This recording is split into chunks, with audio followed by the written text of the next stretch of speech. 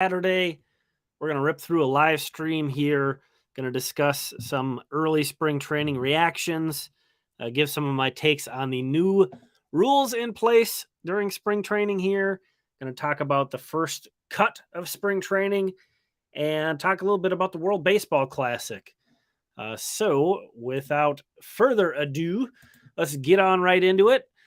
Main reason for streaming tonight, although, always good to talk baseball, don't really need reasons for that. I'm testing some new equipment out. So that's kind of why I want to jump on. I know Saturday's a weird time to be live streaming for my channel here, especially. But if you haven't checked this out before, welcome. The channel's TF Twins. My name's Tom Froming.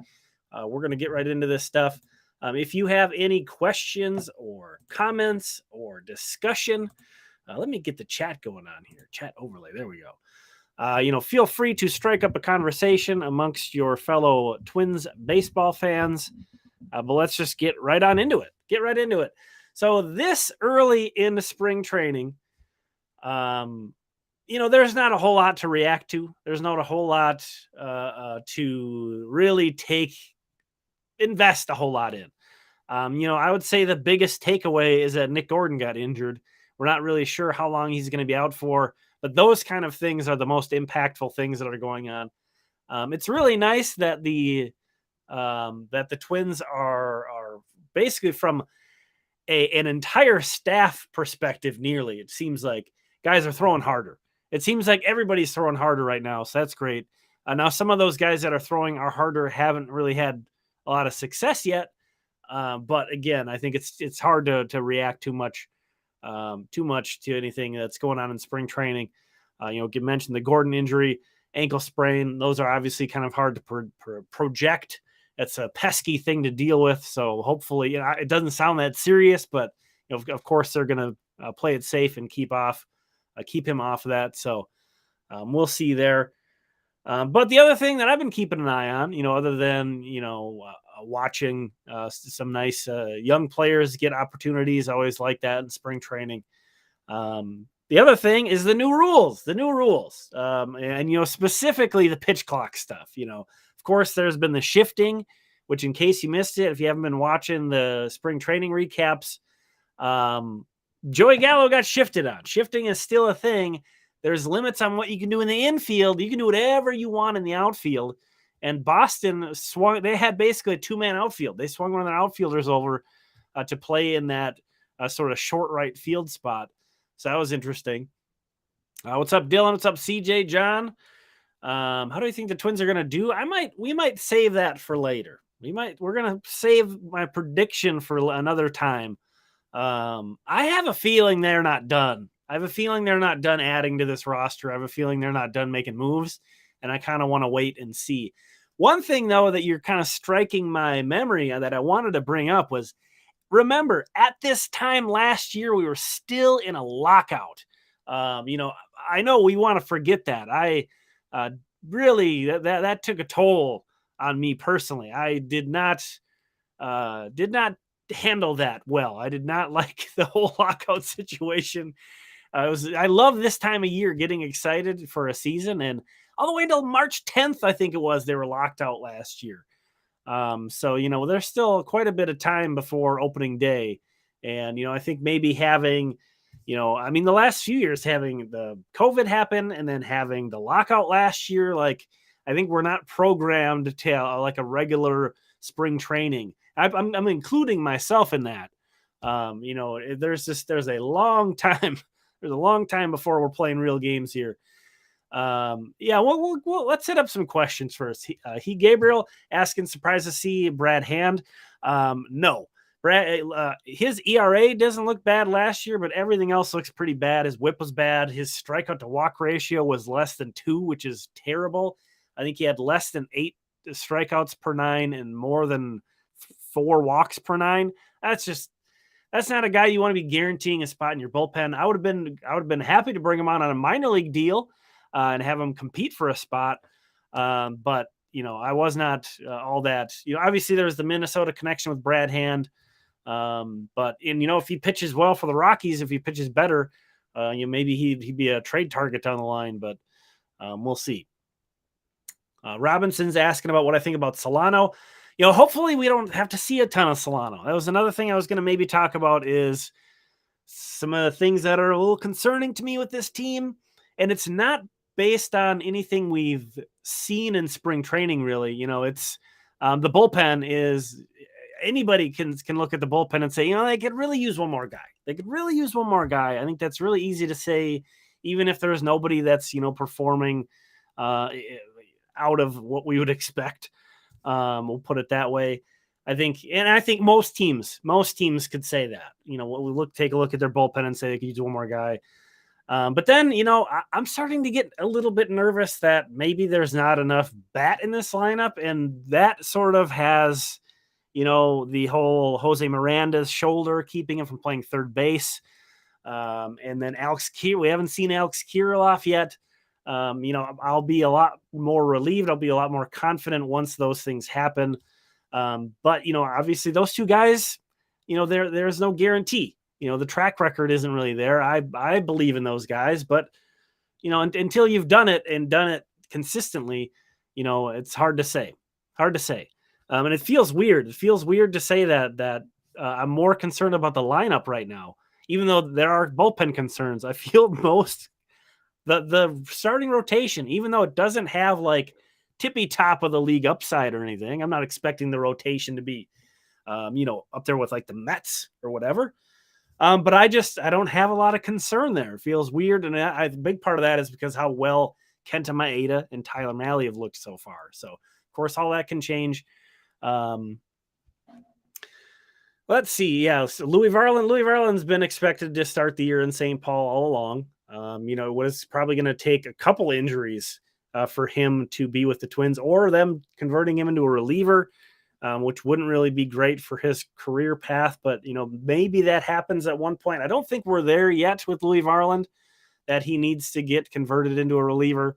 But that was sort of the only way he was going to make the opening day roster and not end up in St. Paul, in my opinion. We talked about Kirilloff. Buxton and Polanco are both coming. Ryan had asked about thinking about Buxton, Polanco, and Kirilloff not playing. Actually, all three of those guys are coming off of off-season surgery. And, like I mentioned at this point, last year we were in a lockout still. I'm not really worried that we haven't seen those guys. More specifically, Buxton and Polanco. I really think, how much ramp-up time do those guys need? Guys who have a professional track record. With Kirilloff, I would like to see him having a more of an extended look, more of an extended ramp up.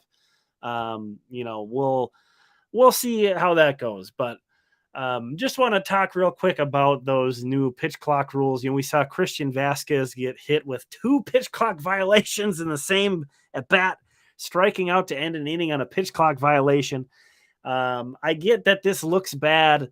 And if you didn't watch it in the minor leagues last year, it started off pretty rough there too, and it seemed like the umpires were a little bit trigger happy there and a little bit more proactive there at the start of last year. And the players too weren't used to it either. So it's sort of a combination of those two things. And I think right now what's going on in spring training feels a lot like that.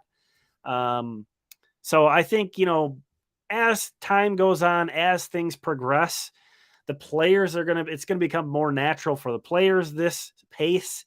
The umpires might kind of ease off a bit or have a better feel. Maybe there's some gray area more. And I think we're going to see, I've said it before, by May, I bet you we're barely going to see it. We're barely going to think about it. That's how it was in the minor leagues, at least. By the end of April, you barely even thought about it anymore. It was just the way it was. It almost never happened, those violations. So give it a chance. I am in favor of all of this stuff with the pace of play, but I mean, I get people who don't like it, and I would agree that I don't like that it's necessary. I would have loved that if the players could have just naturally picked up the pace on their own, so something like this wasn't necessary. I'm also pretty surprised at how aggressively that they've put this 15 seconds when nobody's on base, 20 seconds when there's a man on base. That's a lot more aggressive than I ever imagined it was going to be at the major league level. So I'm surprised by that, but I'm digging it so far. You can tell the difference watching the game, and I like that. It's only eliminating stuff that we, in between pitches, guys adjusting their batting gloves and stepping out and all that. So we did discuss Nick Gordon very briefly, and I mentioned that's kind of the biggest takeaway that you can do of spring so far. Performances don't matter all that much. Losing a guy like Nick Gordon potentially, we don't know. It doesn't sound serious. I think it was described as a moderate strain. But of course, an ankle injury, that's such that can be a thing that lingers. They're not going to push Nick Gordon back on the field. They're going to let that heal all the way up before they put him back out there. So I wouldn't expect to see Nick Gordon for a while, but it doesn't sound like opening day is in danger from what I've read, but we shall see. Hello, Jacob. Thanks for hanging out, everybody. I know this is an impromptu stream. Hopefully quality's good. Again, this is the first time I'm running a live stream off this particular computer, this setup. So hopefully nothing seems different than usual on my usual stream setup. So hopefully. All right. Let's see. So the next item I was going to discuss, let me jump over to another spot here, and we can kind of get back into the chat a little bit later.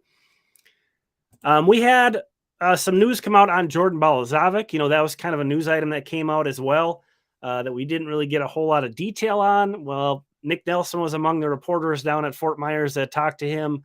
And, as reported here and echoed by other Twins reporters, Balazovic says this was a completely unprovoked, out of nowhere sucker punch. Balazovic's a big dude. He's 6'6" dude. I don't know who's sucker punching you. I don't know who's picking that guy out of the bunch to be sucker punching at the bar. But I should say, assume. Oh, it was at a bar. Okay.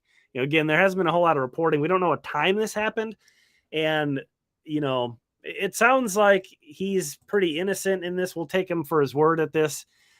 Based off of the Twins' comments on this situation, and again, this is speculation on my end. We don't know. I'm guessing this altercation happened at a time of evening that the Twins found to be unacceptable. So, Balazovic was the first guy cut from camp, basically, is kind of where the news item comes in here. That's the update.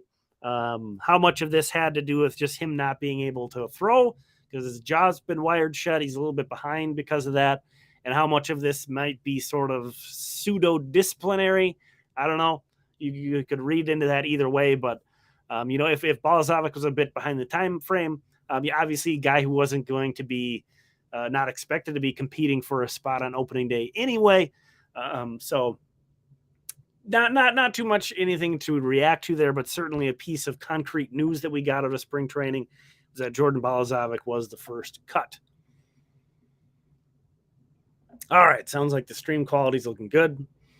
We had a question or a discussion on Trevor Larnach, and he's one of those guys too. I mentioned Kirilloff and Miranda as a couple of the guys where, you feel like they could be sort of pivot guys, guys that can really make a difference between this being a good lineup or not so good lineup. And you can certainly put Trevor Larnach in there too. We've talked about it a lot about the Twins' depth and how their bench is really filled out and feeling really secure about that. But, the guys like, and somebody else asked about Donovan Solano, the guys like Donovan Solano, the guys like Michael A. Taylor, the guys like Kyle Farmer. Great to have those guys on the bench. And, they've been everyday players as recently as last season on bad teams, though. On bad teams, they've been everyday players. So I don't think, we can say like, hey, if worst comes to worst, Michael A. Taylor could play left field on an almost everyday basis. Or Kyle Farmer can play third base on an almost everyday basis. That's true, but you're really kind of slicing into the potential upside of this lineup, of this roster when you put those guys in. Yeah. I mean, it feels like there's a lot riding on these guys, and it's kind of like now or never. It feels like a little bit. They're at that point in their careers where it's like, hey, we got to get up and go. Alex Kirilloff, Trevor Larnach. Obviously we saw way more out of Jose Miranda last year than those guys, but we shall see. And I'm starting to feel a little bit insecure about the lineup, and it's a weird thing for the Twins. Kind of keeping the flow going here. The other thing I want to mention is there are World Baseball Classic games coming. And obviously that's going to impact the Twins a bit because those guys who are going to be playing in those games are going to be leaving spring training. But I think this is a good thing overall to get these guys as much like actual competitive baseball as you can get guys in. I think is great. Some of these guys haven't ever done that. Like, well, I'll pull up the roster here, and we can kind of discuss that. But so actually on Wednesday the 8th is the first World Baseball Classic games kicking off. And here's the list of Twins that were going to be participating. Now, Jose Miranda, he has backed out, so take him off. He's not going to be there, but all these other guys, I believe, will. You talk about there's both major leaguers and minor leaguers. Pablo Lopez, he's pitched his whole career for the Marlins. He hasn't, obviously, you play in the big leagues. Every game in the big leagues is a big deal, but he's never played in like a win or go home, a must win situation like the WBC is basically throughout the whole tournament. There's not a whole lot of games. You gotta win the games you're in. Jorge Lopez, I believe he's been the same. He's pitched on mostly bad teams his pro career. So a lot of these guys, obviously Christian Vasquez, 2-time World Series champion, he doesn't have that. But the minor leaguers like Edouard Julien, that's one of the things that I understand. Some people have a hard time watching minor league baseball because winning isn't super prioritized. It really isn't. It's more about development. You have to kind of view it through that scope. And the competitive aspect is definitely there. All these players want to be playing well. But that's one of the things I love about the minor league playoffs is that you do get that added element of kind of drama and suspense and more ramped up there. So again, this is the list of guys the Twins will be sending to the World Baseball Classic. Jose Miranda will not be going due to that shoulder injury, but I believe all these other guys will. So I do think this is a good thing that these guys are participating. I like that. However, it certainly does change some things, impact some things. I liked seeing Vasquez out there catching Sonny Gray the other day. Try to get him catching. He's doing lots of side work outside of these spring games, I'm sure. But just getting him catching some of these new pitchers that he's never caught before, that's huge. Him leaving for the World Baseball Classic kind of impacts that some. Again, not holding that against him at all or expecting that to cause any problems, but it's certainly something to be aware of. Edouard Julien, we talked about some insecurities with the lineup. This is a guy who might legitimately have a shot, a very outside shot, but he has a shot at making the opening day roster. If let's say we already have it, Celestino's out. Let's say Gordon can't make the opening day roster. Let's say Kirilloff doesn't get healthy. Now all of a sudden, there's some doors opening up. Obviously, he's not a favorite, but I think if Julien was sticking around, him going, I think it's a positive that he's going to go and play in the WBC for Canada, but I think it does kind of maybe complicate things on how much of an inside track he might have at a spot. We'll see. So just something to keep an eye on. So again, those games start on Wednesday. All those games are available on the Fox network, FS1, all that stuff. So a lot of Puerto Rican guys on the Twins playing there. Absolutely. All right, let me catch up real quick on some of the chat. All right, glad to hear that the stream quality is good. This is good. Very encouraging. Cooper asks my thoughts on the AA Wichita. It was supposed to be, I think, the Marlins AAA affiliate was the original setup. So, they were, this was before Major League Baseball bought minor league baseball, so pre-COVID. So that is an awesome facility for AA. That is, from my perspective, it is a awesome broadcast to be able to watch for a AA team, and I'm super appreciative of that. I love watching minor league baseball and obviously sharing a lot of highlights with everyone.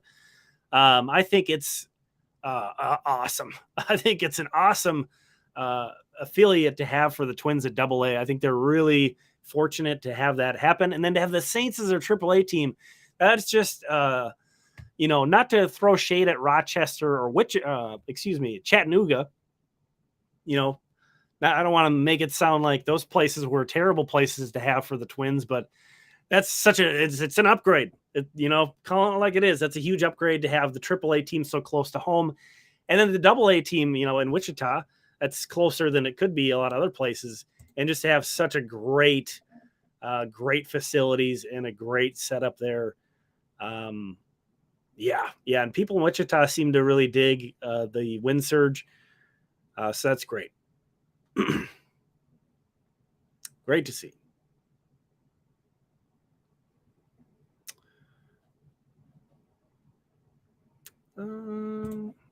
So the bench, you're gonna have a 4-man bench. The way things work out, the way it's projecting was that Ryan Jeffers would be the backup catcher, and then it would be Donovan Solano, Kyle Farmer, and Michael A. Taylor on the bench.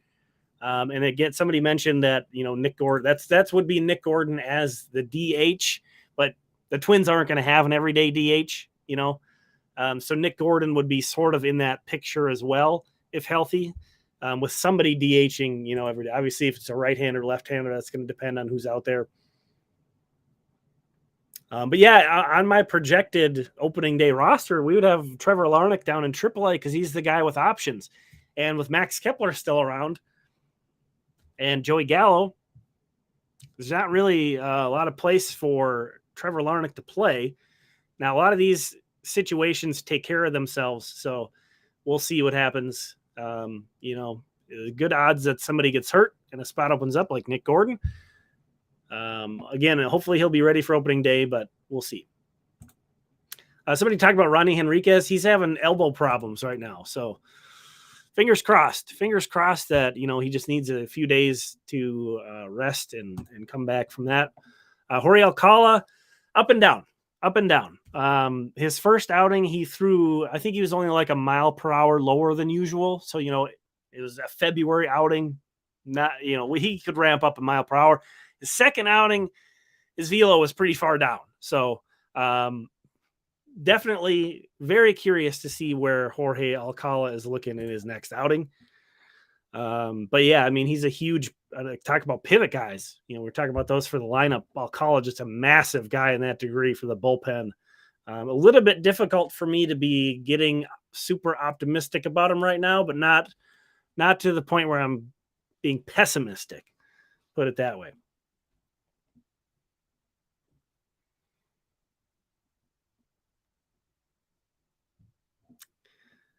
Yeah, so, and I mentioned the 4 bench spots. Remember, now you can only have 13 pitchers. So it's 26-man active roster. The limit is 13 pitchers. You cannot, carry. Well, I suppose you could carry fewer pitchers. I suppose actually you can. So there's a maximum. There's not a minimum. I do think the Twins will carry the maximum number of pitchers though. And with how many positional flexible guys they have, that shouldn't really be a problem. Kyle Farmer can play pretty much anywhere in the infield. Michael A. Taylor plays it anywhere in the outfield. Donovan Solano has a lot of positional flexibility as well. So that's a funny observation from Ryan there. Pablo and Luis Arias are now teammates. They're teammates on the Venezuelan WBC team. That is kind of funny. I hadn't recognized that. Yep, and we just addressed this, but Jacob, I do expect the Twins will kind of rotate guys throughout the DH spot. They're going to use that to take it easy on some guys, take advantage of matchups. Buxton's going to be there probably on a somewhat regular basis. I expect Correa is going to be there on a somewhat regular basis. So they want to keep that open and, have that option too, of where guys are like Miranda at the present time. He's not healthy enough to play third, but he's healthy enough to hit. So I think that's kind of how they're going to leverage DH. Jacob asks, when Brooks Lee and Royce Lewis are both up, where do you think they'll play? I know this is like an August issue and not a March issue. I don't know that it's a slam dunk that Brooks Lee is up this year. We'll see. Royce Lewis being on the 40-man roster has a much clearer path to that. But right now, I've always kind of thought that Brooks Lee is going to work out better as a third baseman than a shortstop anyway. Um, Regardless of the Correa or Royce or whatever else is going on at shortstop. I do think Brooks Lee profiles a little bit better there. Royce Lewis, I think, profiles really great as a center fielder. Obviously, the Twins have Byron Buxton there. I think Royce is probably going to be a guy who floats around quite a bit and plays center, shortstop, assuming that he comes back from this knee injury like he did the last one. He basically looked like he might have lost a half step from his last ACL, and he was lightning fast, remember? So he was still had great athleticism after that first knee injury. As long as he doesn't, lose more than that, it's hard. I don't know much about guys who have 2 ACL surgeries and how much athleticism that robs from him. Maybe he's not going to be able to live up to that. But, remember Royce, I'm pretty sure he played quite a bit of third base in high school, but he played third base in the Arizona Fall League and a little bit last season in the minors. He's played a lot of outfield, too, in the AFL and somewhat in the minors. So he's a guy that kind of profiles as like a super, not utility as a bench guy, but as like a kind of like some of these guys the Dodgers have had, like a good year Chris Taylor, like a pre-back injury Chris Taylor, where he's in their lineup every day, but he might be playing, shortstop, second base, center field, left field, third. You don't know what position he's going to be at, but he's going to be in the lineup every day. So that's kind of a cop out on the Royce Lewis one. But yeah, Brooks Lee, I think, profiles a little bit better at third base. I don't know, maybe left field for Royce if we just, assuming that Correa and Buxton are in the lineup. I guess that would be the sort of the most open spot for him. Yeah, maybe Royce plays second. I don't, long term. I don't know. Lots of places he could go.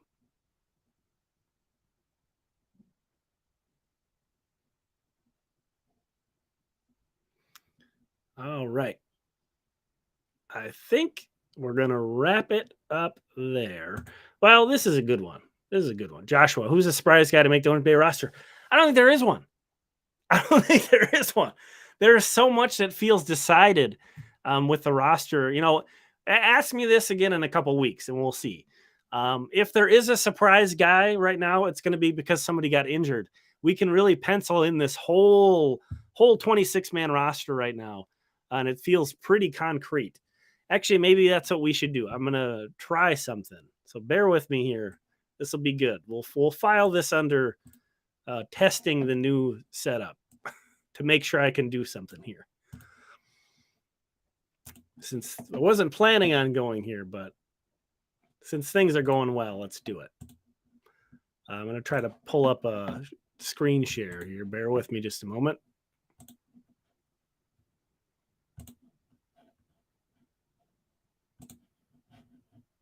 Oh, and I'm not signed in over there. Okay. That's fine.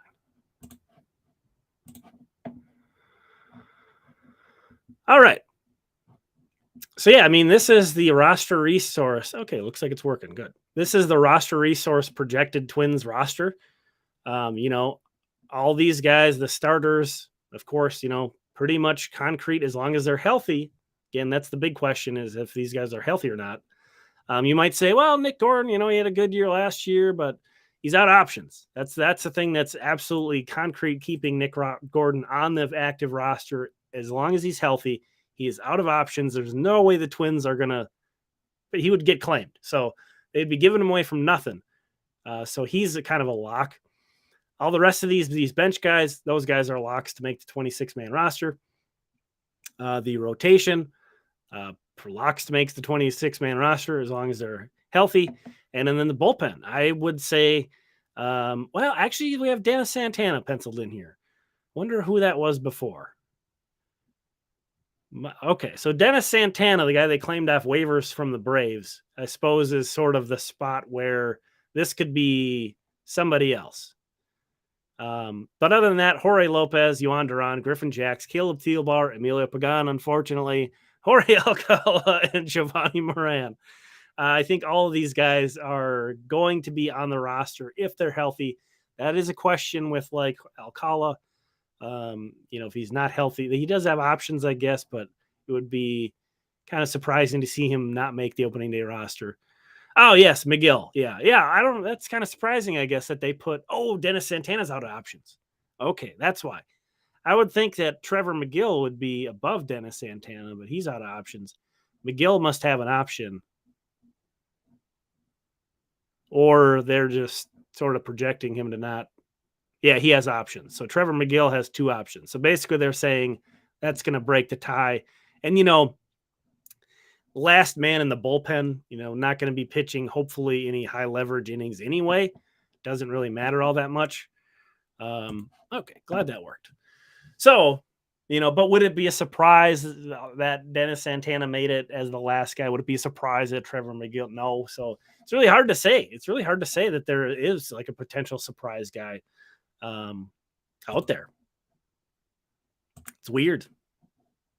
But injuries will probably provide one.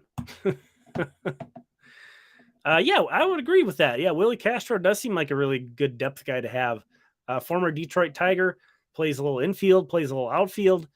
Yeah, kind of one of those guys that hopefully we don't have to see, but is probably better than some of the guys they've had to call up the last couple of years in those kind of emergency situations.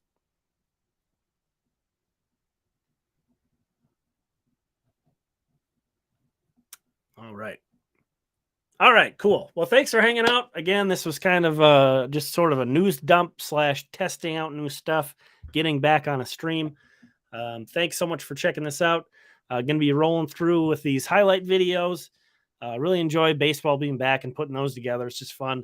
Fun to be talking about games again. I love it. We got 2 games tomorrow to talk about. One of them has a broadcast, one of them doesn't. So be looking out for that. But we will talk again soon. Thanks for hanging out.